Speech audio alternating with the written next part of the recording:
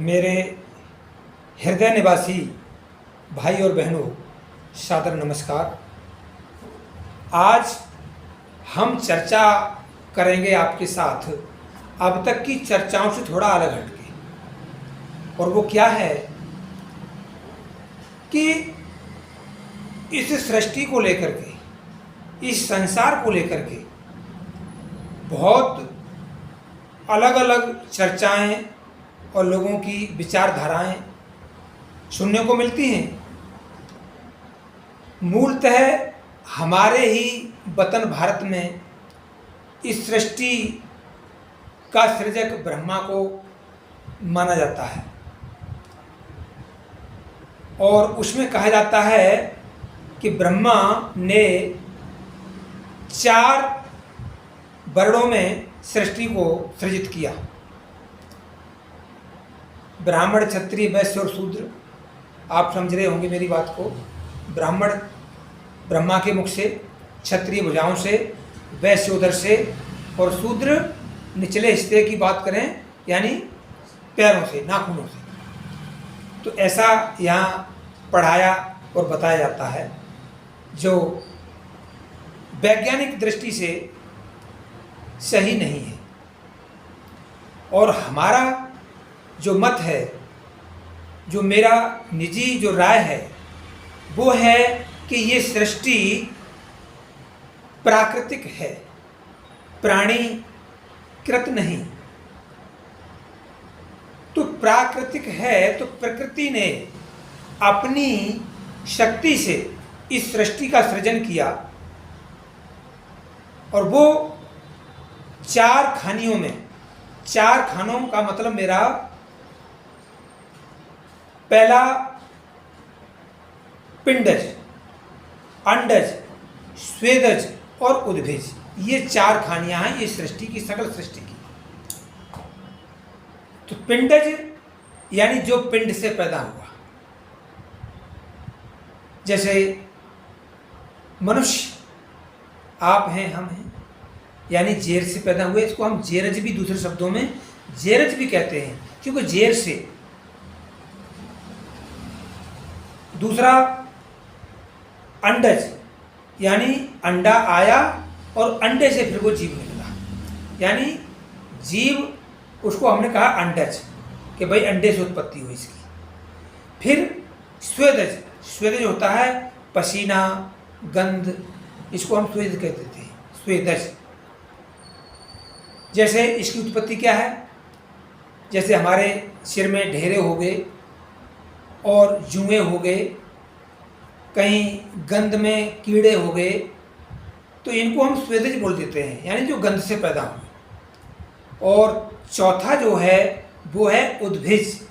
उद्भिज means वनस्पति, जैसे वृक्ष है, कोई बीज है, तो वो पृथ्वी यानी धरती को फोड़ के और बाहर निकलता है, तो उसको हम उद्भिज बोल देते हैं। वो उद्भिज है, ये हमने बहुत पहले पढ़ा था।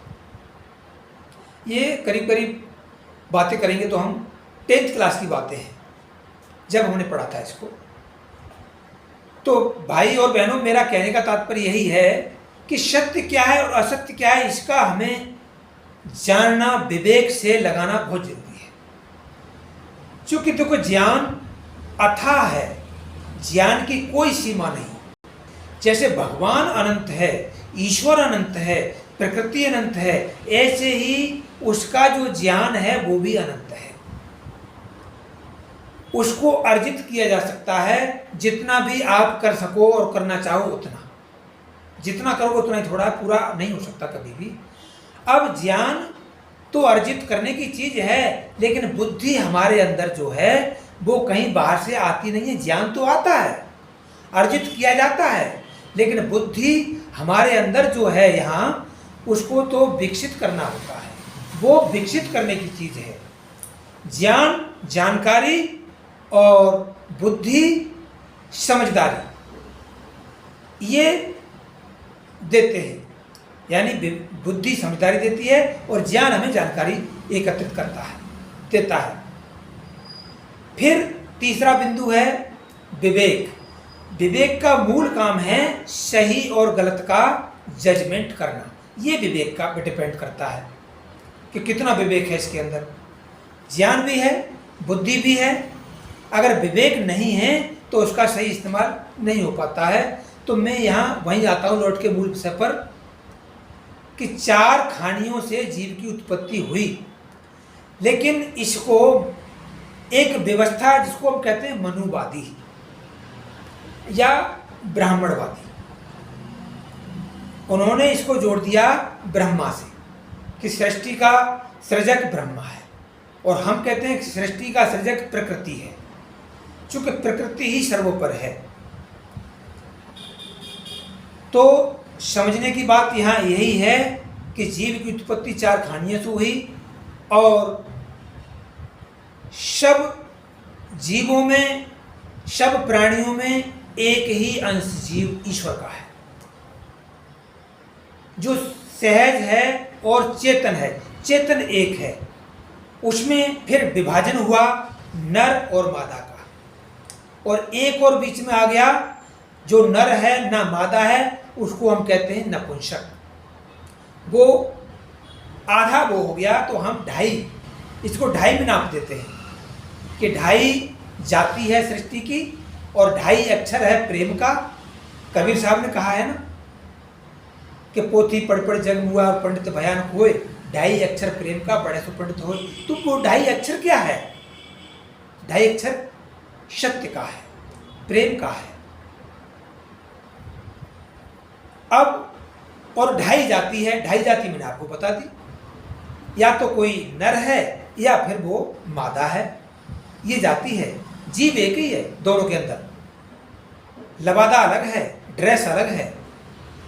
ये प्रकृति का, कुदरत का देन है, बहुत गंभीर बात है। और जो ना नर है ना मादा है, उसको हम कहते हैं तीसरा नपुंसक, तो वो आधे में गिना जाता है। तो बस संक्षेप में मैंने आपको थोड़ा सा हिंट दिया है इस विषय पर। आपको अच्छा लगे तो इसको लाइक करके थोड़ा आगे फॉरवर्ड करना और चैनल को सब्सक्राइब करना, और यहीं मैं आपको नतमस्तक सादर प्रणाम करते हुए धन्यवाद देता हूँ, जो आपने मुझे 4-5 मिनट सुना और समझा। बहुत बहुत धन्यवाद और आभार। सादर नमस्कार।